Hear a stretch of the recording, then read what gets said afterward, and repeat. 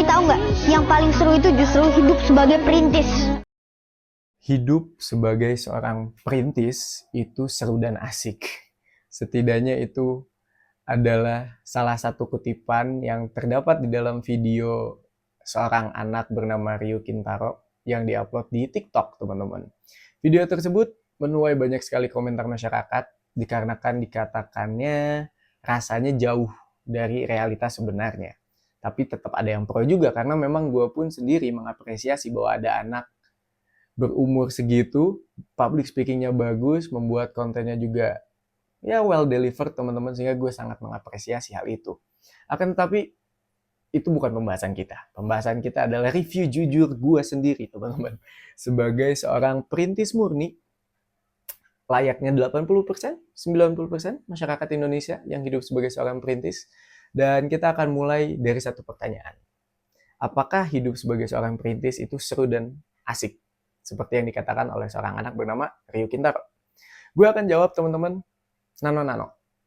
Nano-nano dalam arti senangnya ada karena dengan banyak sekali orang yang hidup sebagai seorang perintis gitu ya, kita tuh bisa sharing banyak hal. Dan kebanyakan teman-teman gue yang berada atau dengan status yang sama sebagai sang perintis, itu punya satu coping mekanisme yang sama, yaitu kita mentertawakan hal-hal buruk yang pernah terjadi sama kita. Dan itu adalah hal yang menyenangkan bagi gue. Itu seru, karena kita mentertawakan hal yang buruk bagi kita, tapi kalau kita rasain dengan cara pandang yang buruk bikin stres, jadi kita ketawain aja. Dan ya itu menjadi pelajaran pengalaman gitu loh. Pelajaran yang ya kita tukar gitu. Jadi menyenangkan, ada tentunya. Asik, seru, tentu menyenangkan. Tetapi itu tuh kayak cuman 20% dari perjalanan sebagai sang perintis, teman-teman. Karena gue akan gambarkan most of the time-nya seorang perintis ini, terutama gue, capeknya, bingungnya, dan juga takutnya. Ada 3 part yang sebenarnya gue harus bagi satu-satu. Yang pertama adalah capek. Gue sendiri, untuk bisa mencapai 10 juta pertama gue kerja 4 kerjaan, teman-teman. Gue live shopping, gue mijit, gue jualan kue basah, gue cuci sepatu. 4. Untuk bisa nyampe ke 10 juta pertama gue. Dan itu gue lakukan selama hampir setengah tahun untuk bisa mencapai 10 juta pertama gue di umur 20 tahun.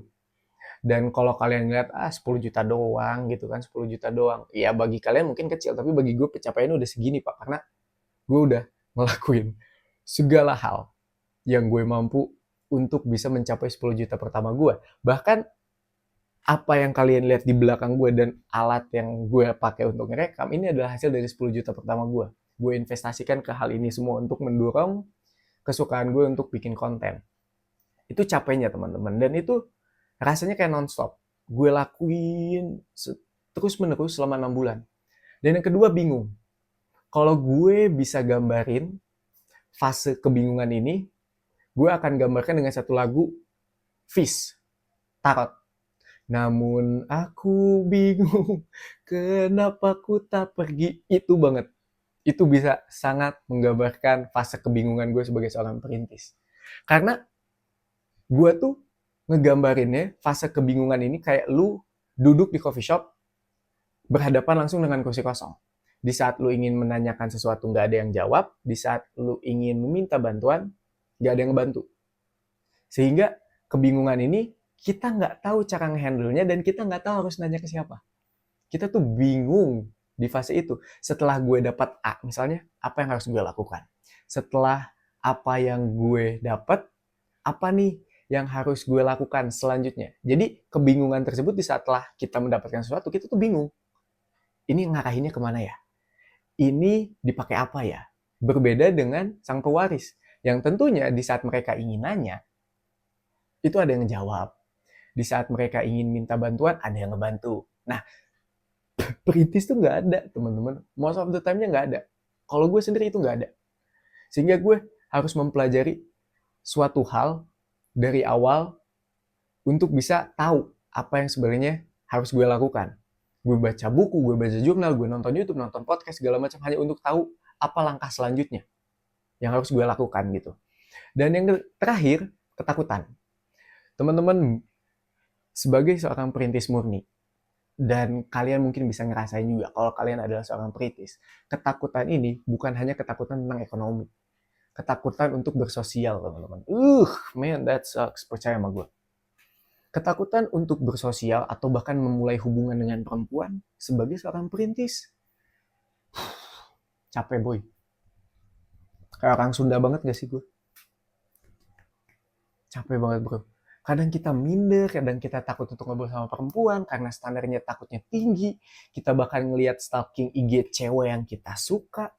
Ngelihat dia makan di restoran, kita langsung, guys, ini kayaknya setara dengan gaji gue 2 hari. Itu yang gue rasain, teman-teman. Itu takutnya, ya Allah, ya Allah. Bahkan kalau ada teman ngajak untuk ngopi, dan ngopinya kita lihat di Google gitu ya, wah tempatnya seperti ini, sepertinya harganya jauh dari kantong saya. Takut, teman-teman. Dan takutnya pun bukan cuman itu, kita takut meskipun kita sudah punya hubungan, teman-teman. Kita takut untuk di saat kita udah punya pacar gitu ya, dan kita masih ngerasa insecure gitu. Dan rasa insecure itu nggak bisa dihindarin, teman-teman. Nggak bisa. Kita harus kayak menghadapi realita tersebut gitu loh. Dan kita dipaksa untuk reality check. Do you know that? Reality check. Melakukan pengecekan terhadap realitas yang kita jalani gitu. Gue ajak jalan dia ke sini, keuangan gue realistis gak ya untuk bertahan sampai 1 bulan ke depan. Gue ajak dia ke sana, berapa ya habisnya gitu. Itu tuh jadi pikiran banget untuk bisa pacaran atau bahkan bisa nongkrong sama teman-teman di satu kafe itu sendiri. Dan kita nggak bisa ngehindarin rasa insecure tersebut. Dan rasa ketakutan tersebut juga itu seringkali didasari karena keingintahuan, teman-teman. Karena sebagai seorang perintis ya, kita ingin tahu terhadap sesuatu hal gitu, tapi kita tuh nggak yakin dan kita tuh takut di saat kita ingin mencoba suatu hal itu gagal karena kita nggak punya safety net, kita nggak punya jaring pengaman di bawah di saat kita jatuh gitu. Jadi kita harus lebih berhati-hati dalam mengambil langkah selanjutnya sehingga itu memaksa kita untuk bisa paham atau tahu apa yang sebenarnya kita harus lakukan. Dari podcast, dari buku, dari jurnal, dari apapun itu. Kita harus tahu langkah selanjutnya karena untuk menutupi rasa takut itu tersebut gitu loh. Dan in the end, teman-teman, gue bisa paham bahwa memang kalau kita ngebicarain terus gitu ya, untuk mendebatkan antara sang pewaris dan juga sang perintis, in the end ini akan menjadi perdebatan tanpa akhir karena sepatu sebagai seorang perintis dibandingkan dengan sepatu sebagai seorang sang pewaris gak akan pernah sama, tidak akan pernah fit, gak akan pernah pas, sehingga endless lah, non-stop kalau kita ngebahas hal yang kayak gini. Kalau ada satu hal yang gue irikan atau gue cemburui dari seorang pewaris adalah fundamentalnya. Gue tidak bicara tentang uang, gue tidak bicara tentang sumber daya yang dia punya, gue tidak bicara dengan orang tuanya, gue hanya iri terhadap fundamentalnya. Karena most of the time ya, gue sendiri ngelihat temen gue yang bisa dikatakan sebagai sang pewaris, mereka most of it-nya punya fundamental yang kuat yang diajarkan. Mereka punya ilmu tentang finansial, mereka punya ilmu tentang bagaimana mereka ngelola. Dan itu adalah hal yang bagi gue penting banget. Dan sayangnya banyak sekali orang perintis itu nggak punya fundamental tersebut. Dan itu tuh bikin kita paham bahwa, atau gue sendiri paham, fundamental inilah yang pada akhirnya ngebangun kita untuk ngelihat ke depannya kita bakal apa. Nah, sang perintis nggak punya fundamental itu.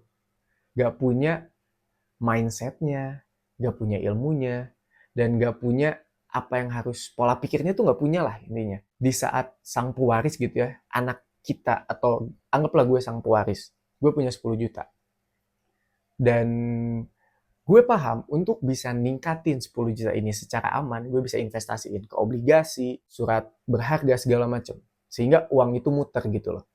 Dan kalau gue sebagai seorang perintis, gue punya uang 10 juta, gue harus mutar otak untuk bahkan investasi itu sendiri karena gue nggak tahu ilmu investasinya. Sehingga karena gue tidak tahu ilmu untuk meningkatkan uang 10 juta ini supaya bisa jadi 20 juta, 30 juta, gue berfokus kepada konsumsi. Yang tentunya konsumsi kan spending money ya, ngeluarin uang. Jadi bukan uangnya bertambah, tapi malah drop, malah turun. Dan itulah fundamentalnya teman-teman. Contoh kecil dari fundamentalnya gitu loh. Ilmu investasi biasanya sang pewaris itu punya.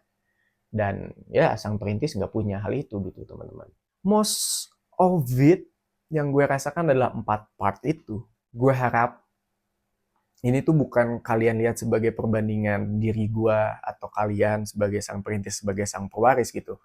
Tapi kita bisa ngelihat sisi positifnya aja. Jangan sampai kita ngelihat bahwa itu dikatain sama anak kecil, dia anaknya seorang CEO, Macau Group segala macam. Kesampingkan hal tersebut. Yang pasti adalah kata-kata motivasi itu memang jauh dari realita, tapi bukan berarti kita nggak bisa ngelihat bahwa memang konten itu dibuat atas dasar niat yang baik. So ya teman-teman, appreciate buat Ryu Kintaro telah membuat konten tersebut. Dan teman-teman sebagai sang perintis, I feel you bro, trust me. I feel you, I'm with you, I stay with you. Dan ya teman-teman, gue rasa cukup bagi gue. Gue Rangga Susena.